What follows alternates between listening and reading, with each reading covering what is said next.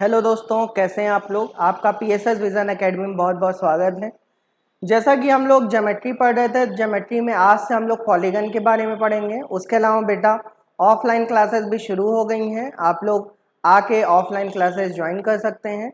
जो भी लोग ऑनलाइन क्लास में एडमिशन लिए हैं वो ऑफलाइन क्लास ज्वाइन कर सकते हैं। उन्होंने जो 1000 रुपये दे के एडमिशन लिया था ऑफलाइन क्लास ज्वाइन करते समय, वो फीस में से लेस हो जाएगा। ठीक है, अगर आपको क्लासेस ज्वाइन करनी तो आप जल्द से जल्द आके ज्वाइन कर सकते हैं, ऑफिस में आके मिल सकते हैं। तो आइए शुरू करते हैं आज का टॉपिक पॉलीगन। आज का जो टॉपिक है वो है हमारा पॉलीगन। पॉलीगन का मतलब होता है बहुभुज। क्या होता है? बहुभुज। नाम से ही पता चल रहा है। पॉली का मतलब भी होता है बहुत सारी, है ना। ठीक है, पॉलीगन का मतलब होता है बहुभुज। अब पॉलीगन होता क्या है थोड़ा सा सुनिएगा। पॉलीगन का भाई, पॉलीगन या बहुभुज का मतलब ये हुआ कि एक ऐसा फिगर जिसमें बहुत सारी भुजाएं हों। एक ऐसा फिगर जिसमें बहुत सारी भुजाएं हों, जैसे ये इस तरह से, ये हमारा क्या है? ये पॉलीगन ही है। बात समझ में आ रही है? ठीक है, तो ऐसा फिगर जिसमें बहुत सारी भुजाएं हैं उसको क्या कहते हैं? पॉलीगन कहते हैं। तो ये एक बात हमेशा ध्यान रखिएगा कि कभी भी आपसे पूछे कि पॉलीगन क्या होता है तो आप कह सकते हैं reason bounded by many lines is called polygon. ठीक है, मतलब एक ऐसी आकृति जो बहुत सारी भुजाओं से मिलकर बनी होती, बल्कि ऐसी बंद आकृति जो बहुत सारी भुजाओं से मिलकर बनी होती है, उसको बहुभुज या फिर पॉलीगन कहते हैं। ठीक है, तो चलिए अब पॉलीगन में कुछ मैं पॉइंट्स बता रहा हूं, वो आप लोग ध्यान से सुनिएगा।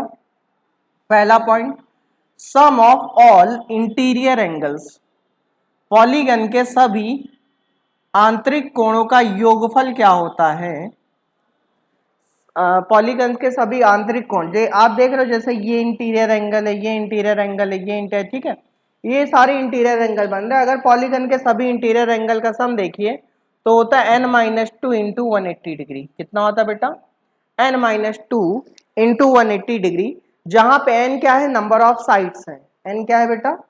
यहाँ पे n के बारे में लिखना हो तो n क्या है? नंबर ऑफ साइड्स है। मतलब पॉलीगन के अंदर कितनी भुजाएं हैं उसकी संख्या है n। ठीक है, तो पॉलीगन में सम ऑफ ऑल इंटीरियर एंगल्स होता है n-2 इंटू 180 डिग्री, जहां पे n क्या है? नंबर ऑफ साइड्स है। क्लियर है? ठीक है, अब देखो, अगर मुझसे कभी कभी कहा जाता है ईच इंटीरियर एंगल, मतलब किसी अगर एक इंटीरियर एंगल का मान निकालना हो, ईच इंटीरियर एंगल, तो वो हो जाएगा n-2 into 180 upon n।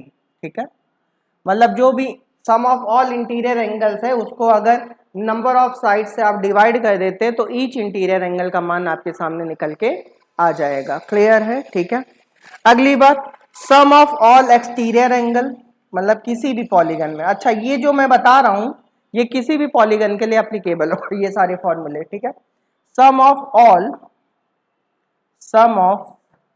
All exterior angle, sum of all exterior angle, polygon के अंदर सभी बाह्य कोणों का योगफल क्या होता है? पॉलीगन के सभी बाह्य कोणों का योगफल क्या होता है? 360 डिग्री होता है। बाह्य कोण का मतलब समझ रहे हो कि यहाँ पे ये जो एंगल दिख रहा है ना, ये जो एंगल दिख रहा है, क्लियर है, इसके रिस्पेक्ट में ये सारे क्या है? बाह्य एक्सटीरियर एंगल है। ठीक है, तो एक्सटीरियर एंगल जो होता है वो क्या होता है? सबका सम कितना होता है? 360 डिग्री होता है। मतलब पॉलीगन के अंदर जितने भी एक्सटीरियर एंगल आपको दिखेंगे उन सबका सम 360 डिग्री होगा। अगर ईच एक्सटीरियर एंगल की बात की जाए, ईच एक्सटीरियर एंगल की बात की जाए, तो ईच एक्सटीरियर एंगल जो होता है वो क्या होता है? 360 डिग्री अपॉन n। मतलब कि जो भी 360 डिग्री उसको नंबर ऑफ साइड से डिवाइड कर दो तो ईच एक्सटीरियर एंगल का मान आपके सामने निकल के आ जाएगा। क्लियर है? ठीक है, उसके अलावा अब अगली बात, नंबर ऑफ डायगोनल,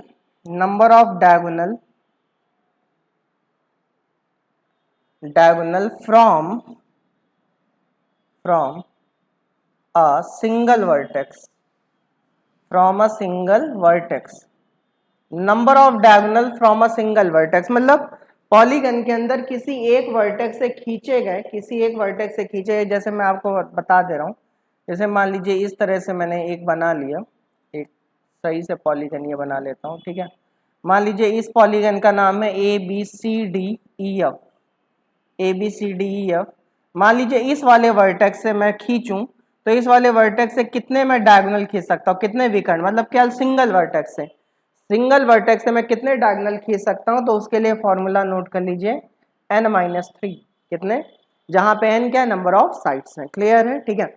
मतलब पॉलीगन के अंदर किसी एक वर्टेक्स से खींचे गए विकर्णों की संख्या निकालनी है तो उसके लिए फॉर्मूला क्या हो जाएगा बेटा, n-3 हो जाएगा। क्लियर है। चलिए अगली बात, अगर मान लीजिए हमसे पूछा जाए total number of diagonals, total number of diagonals मतलब कुल विकर्णों की संख्या, टोटल नंबर ऑफ डायगोनल्स पूछे जाए तो उसके लिए फॉर्मूला क्या हो गया, n-3/2 हो जाएगा। क्या हो जाएगा, n-3/2, ये शायद आपको दिख नहीं रहा होगा, क्या हो जाएगा n-3/2। क्लियर है, ठीक है। तो ये बात हमेशा ध्यान रखिएगा कि पॉलीगन में अगर सम ऑफ ऑल इंटीरियर एंगल पूछा जाए तो उसके लिए फॉर्मूला, ये सारे फॉर्मूले आपको याद होंगे तो उससे क्वेश्चन करना आपके लिए आसान हो जाएगा। सम ऑफ ऑल इंटीरियर एंगल्स का क्या होगा, n-2 into 180 degree, each interior angle क्या होगा, n-2 इंटू 180 अपॉन n हो जाएगा। सम ऑफ ऑल एक्सटीरियर एंगल क्या हो जाएगा, 360 डिग्री हो जाएगा। ईच एक्सटीरियर एंगल क्या हो जाएगा, 360 अपॉन n हो जाएगा। Number of diagonals from a single vertex क्या हो जाएगा, n-3 हो जाएगा। उसके अलावा टोटल नंबर ऑफ डायगोनल्स क्या हो जाएंगे, n-3/2 हो जाएगा। क्लियर है सबको, ठीक है। चलिए अब जो कॉन्सेप्ट मैंने बताया उसके ऊपर चलिए कुछ क्वेश्चन देख लेते हैं तो आपको और कॉन्सेप्ट थोड़ा सा क्लियर हो जाएगा। आइए कुछ क्वेश्चन देख लेते हैं। जैसा कि आज की क्लास का पहला क्वेश्चन है, क्वेश्चन नंबर 1, किसी पॉलीगन, पॉलीगन का मतलब बेटा बहुभुज होता है, किसी पॉलीगन में 5 इंटीरियर एंगल में से प्रत्येक 172 डिग्री का है, 172 डिग्री का है। किसी पॉलीगन में 5 इंटीरियर एंगल में से प्रत्येक 172 डिग्री का है और शेष इंटीरियर एंगल और शेष आंतरिक कोण या इंटीरियर एंगल प्रत्येक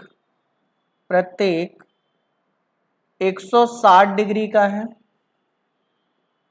और शेष इंटीरियर एंगल में से प्रत्येक 160 डिग्री का है। तो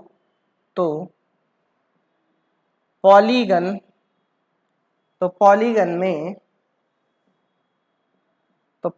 में नंबर ऑफ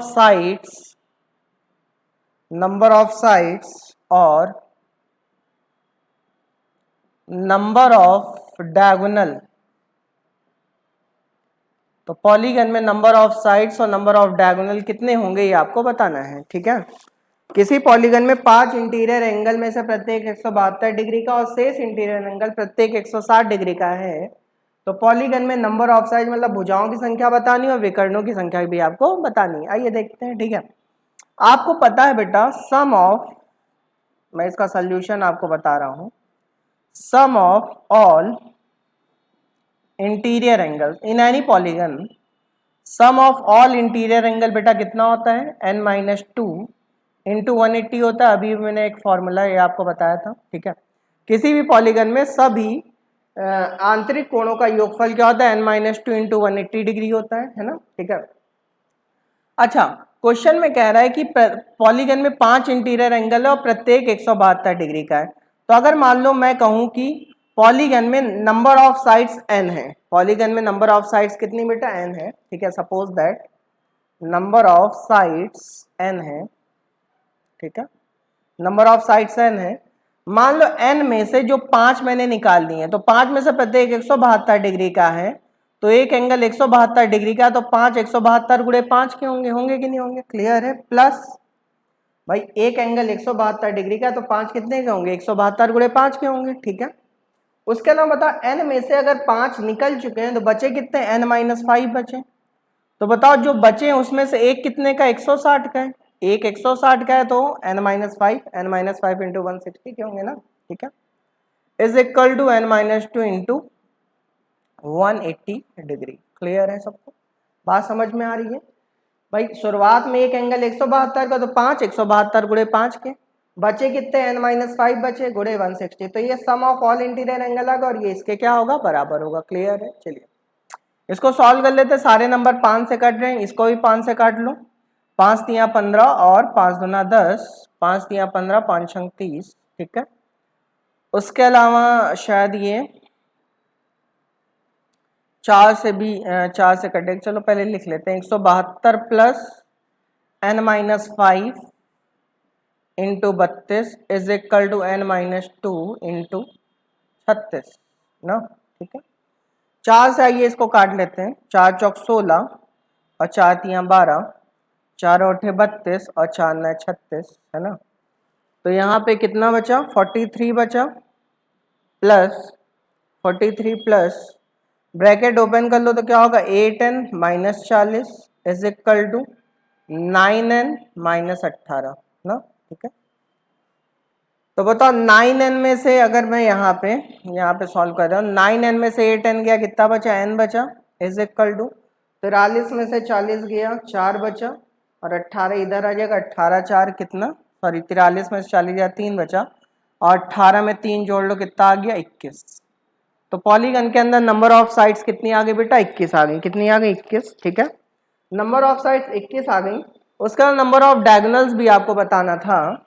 तो नंबर ऑफ डायगोनल्स के लिए फॉर्मूला क्या होता है बेटा, नंबर ऑफ डायगोनल्स के लिए n माइनस 3/2 होता है। ठीक है, तो n हमारा 21 है, 21 में से 3 गया, 18 बटे 2, 2 ना 18, 9 1 कम 9, 9 2 ना 18, मतलब पॉलीगन के अंदर नंबर ऑफ डायगोनल्स कितना आएंगे, 189। ठीक है, अगर मैं कहूँ साइड्स कितनी होंगी पॉलीगन के अंदर, इस तरह के क्वेश्चन में जो आपके सामने लिखा हुआ है, इसमें पॉलीगन के अंदर साइड्स कितनी होंगी, साइड्स होंगी बेटा 21, और नंबर ऑफ डायगोनल्स कितने होंगे, 189 होंगे। क्लियर है सबको, बात समझ गए? चलिए एक अगला क्वेश्चन देखते हैं, वो भी अच्छा क्वेश्चन है, हटा दो इसको। इसी तरह के क्वेश्चन एग्जाम में पूछे जाते हैं, बल्कि आपके एमपीएसआई के एग्जाम में इससे आसान क्वेश्चन नहीं आएगा, इससे ज्यादा कठिन क्वेश्चन नहीं आ सकता है। ठीक है, अगला क्वेश्चन, क्वेश्चन नंबर 2, किसी पॉलीगन में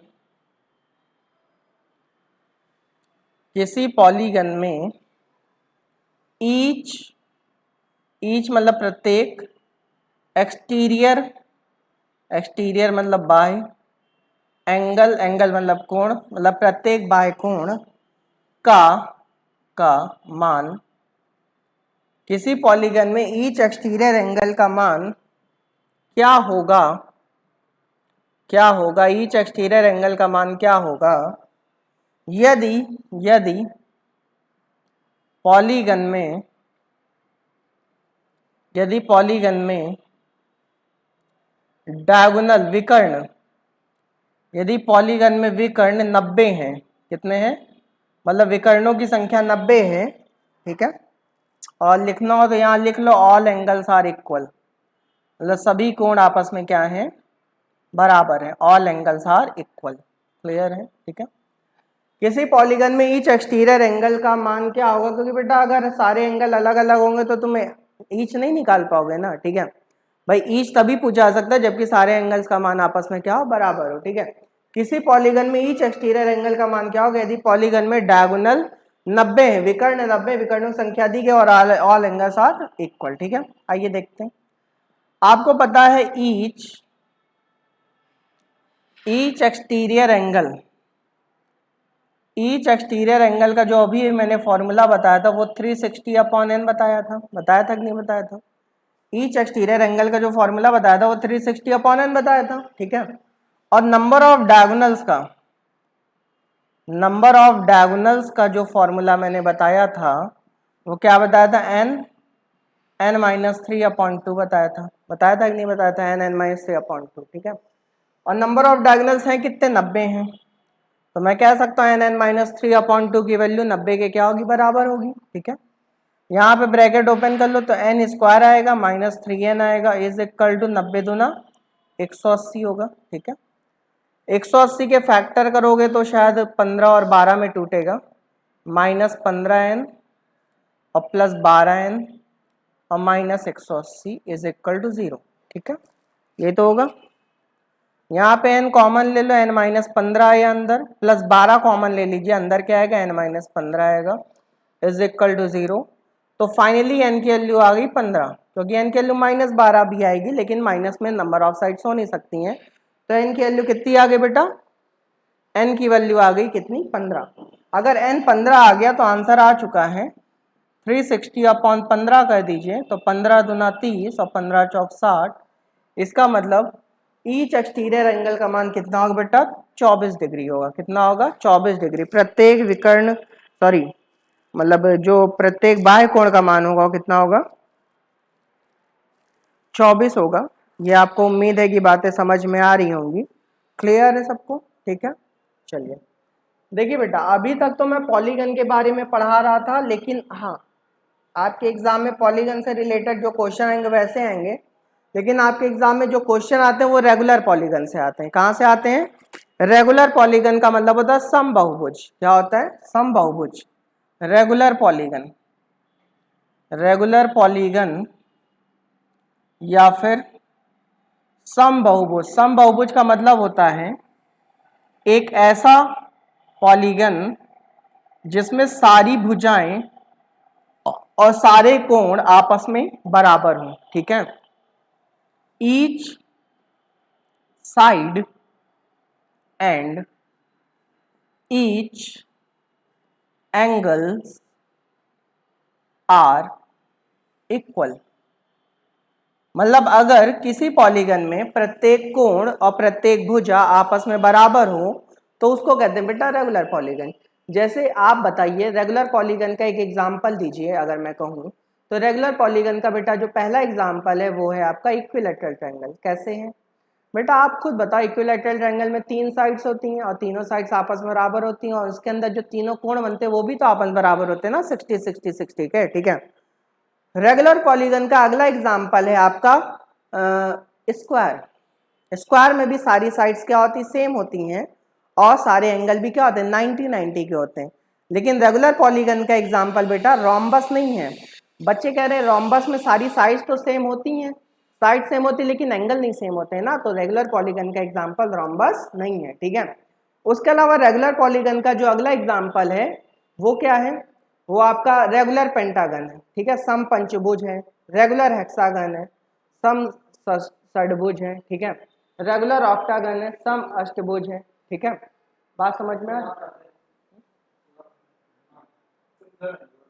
ठीक है, सम अष्टभुज है। ठीक है, तो रेगुलर पॉलीगन के एग्जाम्पल क्या क्या है, रेगुलर पॉलीगन के ये सारे एग्जाम्पल है जो कि मैं अभी आपको एक्सप्लेन करूंगा तो आपको और अच्छे समझ में आ जाएगा। ठीक है, तो each sides and each angles are equal. तो रेगुलर पॉलीगन की बात अगर कहीं पे भी आती है तो ये बात हमेशा ध्यान रखिएगा कि फिगर के अंदर सारी भुजाएं भी आपस बराबर होंगे और सारे कोण भी आपस में क्या होंगे बेटा, बराबर होंगे। क्लियर है। ठीक है, चलिए अब देखिए, सुनो मेरी बात। जैसे मान लो ये है हमारा, ये हमारा मैंने ऐसे बना दिया फॉर एग्जांपल आपके लिए, ये हमारा रेगुलर पॉलीगन है, A B C D E F. जैसे इसकी हर एक साइड ए की है, मतलब कि इसकी लंबाई क्या ए है, और इसके अंदर हर एक इंटीरियर एंगल का मान भी क्या, अल्फा है। बात समझ में आ रही है। ठीक है, वो दिख भले नहीं रहा है लेकिन हाँ अगर मैंने कह दिया है तो है। क्लियर है। ठीक है, क्योंकि यही कॉन्सेप्ट होता है। ठीक है, चलिए तो each sides and each angles are equal. ठीक है, अच्छा मान लीजिए मैं इस पॉलीगन के अंदर, ये जो रेगुलर पॉलीगन बना है, इस रेगुलर पॉलीगन का मैं एरिया अगर निकालना चाहूँ, क्या निकालना चाहूँ, एरिया। ठीक है, ध्यान से देखना, यहाँ पे जो मैं फॉर्मूला बताने जा रहा हूँ, यहाँ पे मैं जो फॉर्मूला बताने जा रहा हूँ वो हर एक रेगुलर पॉलीगन के लिए एप्लीकेबल होगा। ठीक है, अगर मैं इस रेगुलर पॉलीगन का एरिया निकालना चाहूँ तो क्या होगा, na² by 4 cot π/n। ये अगर आपने याद कर लिया तो आप किसी भी रेगुलर पॉलीगन का एरिया आराम से निकाल सकते हो, जहां पे n क्या नंबर ऑफ साइड्स है। ठीक है, जैसे यहाँ पे n के लिए अगर 1 रख लें तो a² by 4 आएगा, यहाँ cot π आएगा। ठीक है, तो यहाँ पे किसी का फॉर्मूला मेरे ख्याल से नहीं बनेगा, और उसके अलावा एन की वैल्यू अगर 2 रख लेंगे तो 2 पे या 3 रख लो, सबसे अच्छा है, ठीक है। एन की वैल्यू 3 रख लो, क्योंकि भाई आपको पता है सम बहुभुज जो सॉरी समबाहु त्रिभुज जो बनता है उसमें नंबर ऑफ साइड्स कितनी होती है, 3 होती हैं। अगर यहाँ 3 रख लो तो 3a² / 4 और cot π/3। तो सॉल्व करो तो देखना एरिया जो आ जाएगा √3/4 a² आएगा, ठीक है। अगर मान लीजिए स्क्वायर का निकालना है तो एन की वैल्यू क्या रख लिए, 4 रख लीजिए। पेंटागन का निकालना है 5 रख लिए, ठीक है। मतलब ये जो मैंने फॉर्मूला आपको बेटा बता दिया है ये हर एक रेगुलर पॉलीगन के लिए एप्लीकेबल है, ठीक है। और फॉर्मूला क्या बहुत आसान है, na² / 4 cot π/n, ठीक है। अगर मान लीजिए इस रेगुलर पॉलीगन की मैं सरकम रेडियस निकालना चाहूँ, क्या निकालना चाहूँ, सरकम रेडियस। सरकम रेडियस का मतलब समझ लो कैपिटल आर, ठीक है। अगर मैं इस रेगुलर पॉलीगन की सरकम रेडियस या कैपिटल आर निकालना चाहूँ तो इस रेगुलर पॉलीगन की कैपिटल या सरकम रेडियस क्या होगी, a/2 cosec π/n। क्या होगी बेटा, a/2 cosec π/n, ठीक है। इस रेगुलर पॉलीगन की जो सरकम रेडियस होगी वो क्या होगी, a/2 cosec π/n। क्लियर है सबको, बात समझ में आ रही है, ठीक है। इस रेगुलर पॉलीगन की जो सरकम रेडियस होगी वो a/2 cosec π/n होगी। अगर मान लीजिए मैं इस रेगुलर पॉलीगन की इन रेडियस निकालना चाहूँ, क्या निकालना चाहूँ, इन रेडियस निकालना चाहूँ बोले तो स्मॉल आर, तो क्या होगी a/2 cot π/n, a/2 cot π/n, जहाँ पे n क्या है बेटा, नंबर ऑफ साइड्स है, n क्या नंबर ऑफ साइड्स है, ठीक है। तो ये बात हमेशा ध्यान रखिएगा कि रेगुलर पॉलीगन का जो एरिया होता है वो क्या होता है, na² / 4 cot π/n। Regular polygon की जो सरकम रेडियस होती है वो a/2 cosec π/n।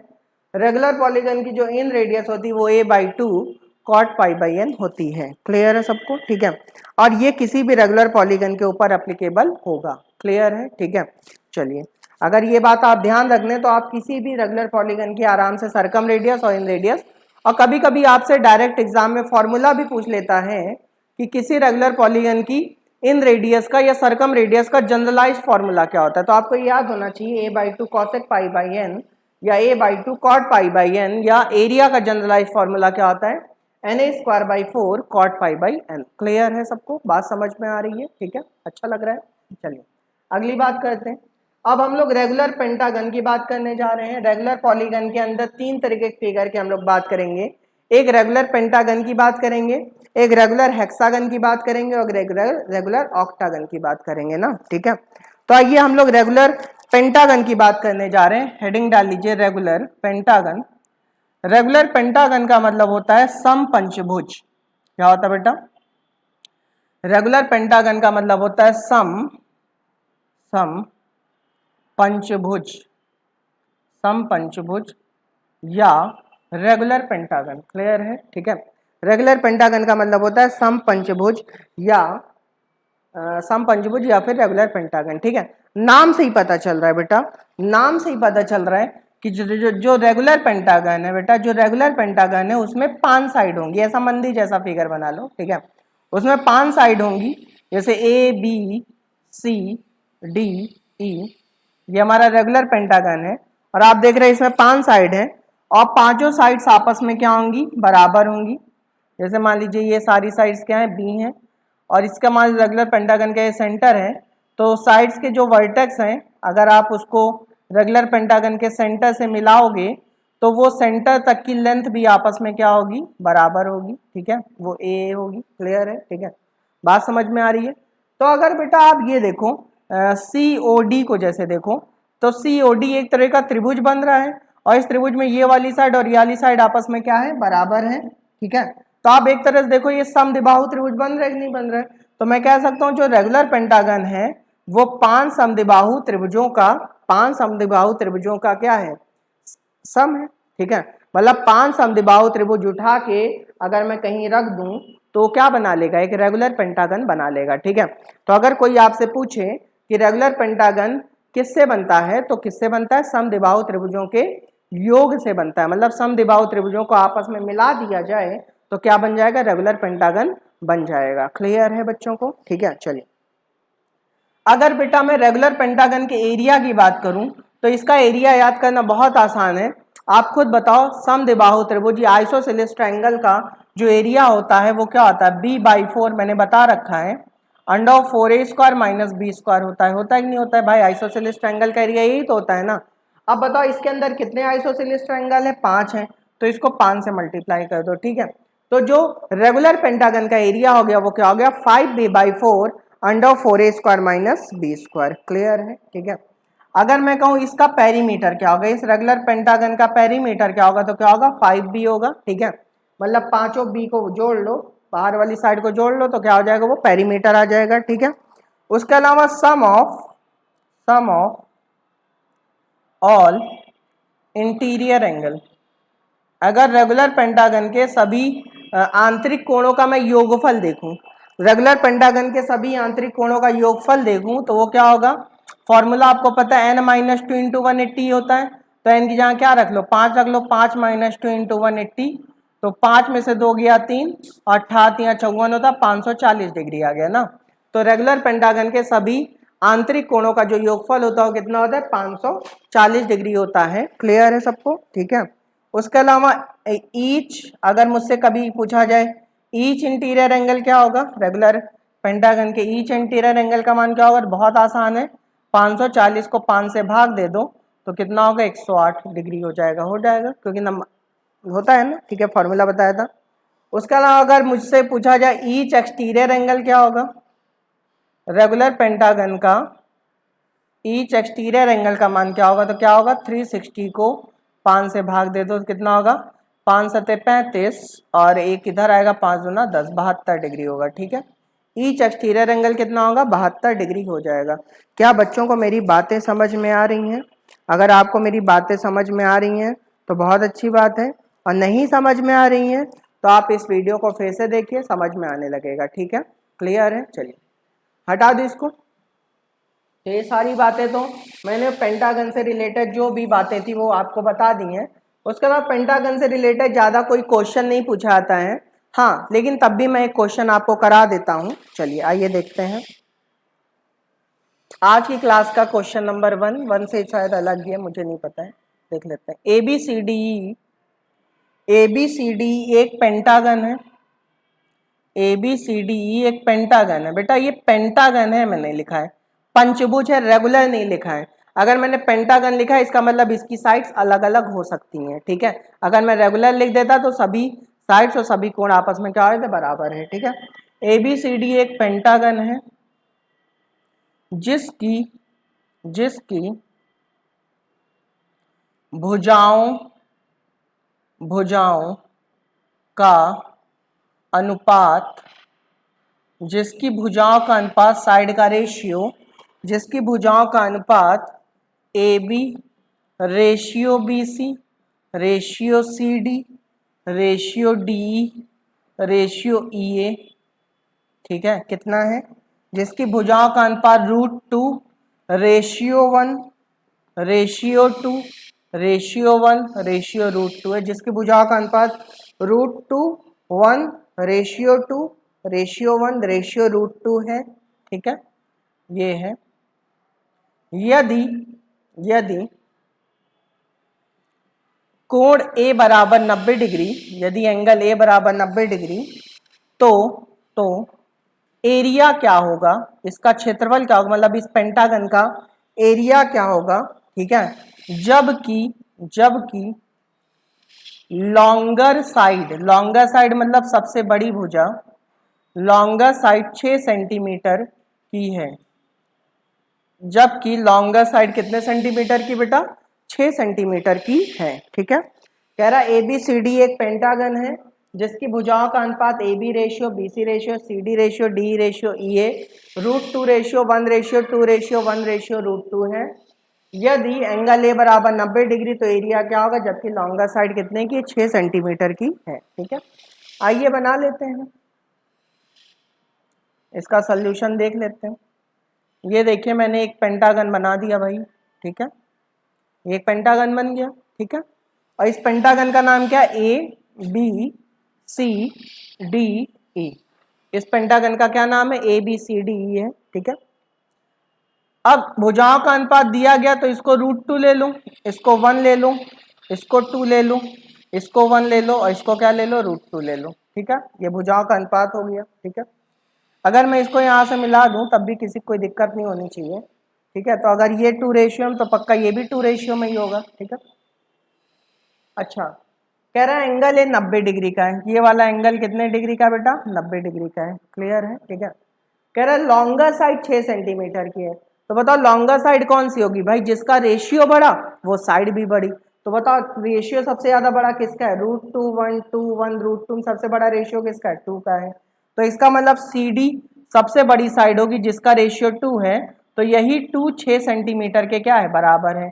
अगर 2 6 सेंटीमीटर के बराबर है तो एक किसके बराबर होगा, 3 सेंटीमीटर के बराबर है, ठीक है भाई। ये 2 जो है ये 6 सेंटीमीटर के बराबर है, तो ये एक 3 सेंटीमीटर के बराबर होगा, ये भी 3 सेंटीमीटर के बराबर होगा, ये भी 6 सेंटीमीटर के बराबर होगा, ये एक 3 सेंटीमीटर बराबर, तो √2 3 √2 सेंटीमीटर के बराबर होगा ना, और ये √2 भी किसके बराबर होगा, 3 √2 सेंटीमीटर के बराबर होगा। क्लियर है सबको। ये सर्कल के अंदर जो मैंने बंद कर दिया है बेटा आपके सामने, ये क्या है, ये सारी साइड्स हैं। क्लियर है सबको, ठीक है, बात समझे। क्योंकि कह रहा है सबसे बड़ी साइड 6 सेंटीमीटर की है, तो जिसका रेशियो बड़ा वो साइड भी बड़ी, तो 2 बराबर 6 सेंटीमीटर, तो 1 बराबर 3 सेंटीमीटर, तो ये भी 6 ये भी 3, ठीक है, क्लियर है। तो आपने देखा जो आपका पेंटागन है, जो पेंटागन है वो आपका 2 फिगर में डिवाइड हो गया, एक बन गया आपका आयत और एक बन गया आपका ट्रायंगल। तो अगर मैं आयत के एरिया में ट्रायंगल का एरिया जोड़ दूं तो पेंटागन का एरिया आ जाएगा। तो सबसे पहले देखिए मैं BCDE का एरिया निकाल लेता हूं। तो BCDE का अगर मैं एरिया निकालूं, BCD का एरिया निकालूं, तो आपको पता आयत का एरिया होता है लंबाई गुणे चौड़ाई। तो लंबाई इसकी कितनी है, 6 है, चौड़ाई कितनी है, 3 है, तो 6 गुणे 3 कर लो, कितना आ गया, 18 सेंटीमीटर स्क्वायर आ गया भाई। क्लियर है, 6 गुणे 3 कर लो, कितना आ गया, 18 सेंटीमीटर स्क्वायर, ठीक है। और मैं अगर त्रिभुज ABE का एरिया निकाल लूँ, किसका एरिया निकाल लूँ, ट्रायंगल ABE का एरिया निकाल लूँ, तो ट्रायंगल ABE का एरिया क्या होगा, आपको पता है ट्रायंगल ABE का एरिया क्या होगा, आपको पता है ये वाली साइड पता है, इसके बीच का क्या पता है, कोण पता है, ठीक है। तो एरिया का फॉर्मूला क्या होता है, हाफ अगल बगल वाली भुजाओं का गुणनफल इंटू साइन थीटा, होता है कि नहीं होता है, पढ़ाया था ये चीज। तो हाफ 3√2 इंटू 3√2 इंटू साइन 90, ठीक है। तो आप बताइए 2 से ये √2 कट गया, तो 3 3 9, तो साइन 91 होता है। तो ट्रायंगल का एरिया क्या आ गया, 9 सेंटीमीटर स्क्वायर आ गया कि नहीं आ गया। तो बताओ इसका एरिया 18 है, इसका एरिया 9 है, तो पूरे ये जो पूरा आपका पेंटागन बन रहा है, पेंटागन कौन सा, ABCDE बन रहा है, इसका एरिया क्या आ जाएगा, 18 में 9 जोड़ लो, कितना आ जाएगा, 27 सेंटीमीटर स्क्वायर। कितना आसान क्वेश्चन था ना, लेकिन अचानक से आपके सामने ये एग्जाम में क्वेश्चन आ जाएगा तो फिर बेटा आपको दिक्कत होगी, फिर आपसे नहीं हो पाएगा, फिर आप घबराने लगोगे अगर आप लोग एक बार नहीं सीखे रहोगे। क्लियर है, उम्मीद है कि आपको समझ में आया होगा। तो आज की क्लास में हम लोग इतना ही करते हैं। कल की क्लास में हम लोग रेगुलर पेंटागन के बारे में पढ़ेंगे, फिर रेगुलर ऑक्टागन के बारे में पढ़ेंगे। पॉलीगन आपका मैं जल्दी खत्म कर दूंगा, और पॉलीगन के बाद फिर हम लोग सर्कल के बारे में पढ़ेंगे, फिर हमारी ज्योमेट्री खत्म हो जाएगी, फिर हम लोग नया टॉपिक पढ़ेंगे, ठीक है। तो आज के लिए इतना ही, कल फिर मिलते हैं, तब तक के लिए आप अपना ख्याल रखिए, खुश रहिए। Thank you so much.